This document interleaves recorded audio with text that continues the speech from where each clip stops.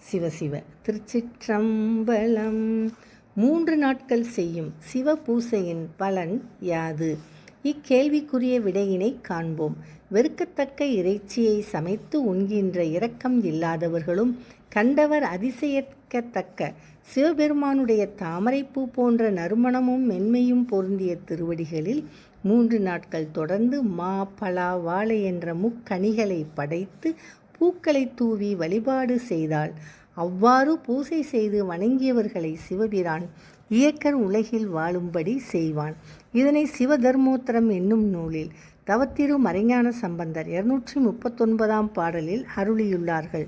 இனி பாடலை காண்போம்.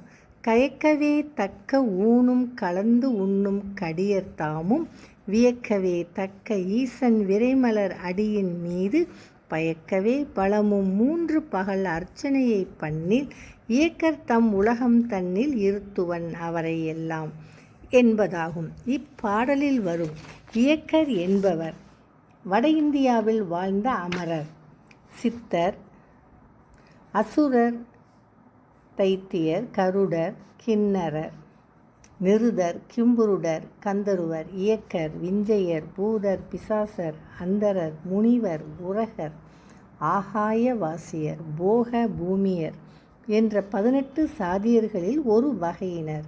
பாரத கதையில் இவர்களை பற்றிய செய்திகள் உள்ளன. இந்த 18 சாதியாரும் தனித்தனியே 18 உலகங்களில் வாழ்ந்தனர் என்பது வடமொழியிலும் தமிழிலும் புராணங்களில் கூறப்பட்டுள்ளது. இந்த உலகங்கள் புத்தி தத்துவத்தில் உள்ள புவனங்களில் உள்ளவை. புத்தி தத்துவ விளக்கம் பெற்றவர் கண்டு சொன்னவை. இவற்றின் விபரம் ஆகமங்களிலும் உள்ளன. திருச்சிற்றம்பலம்.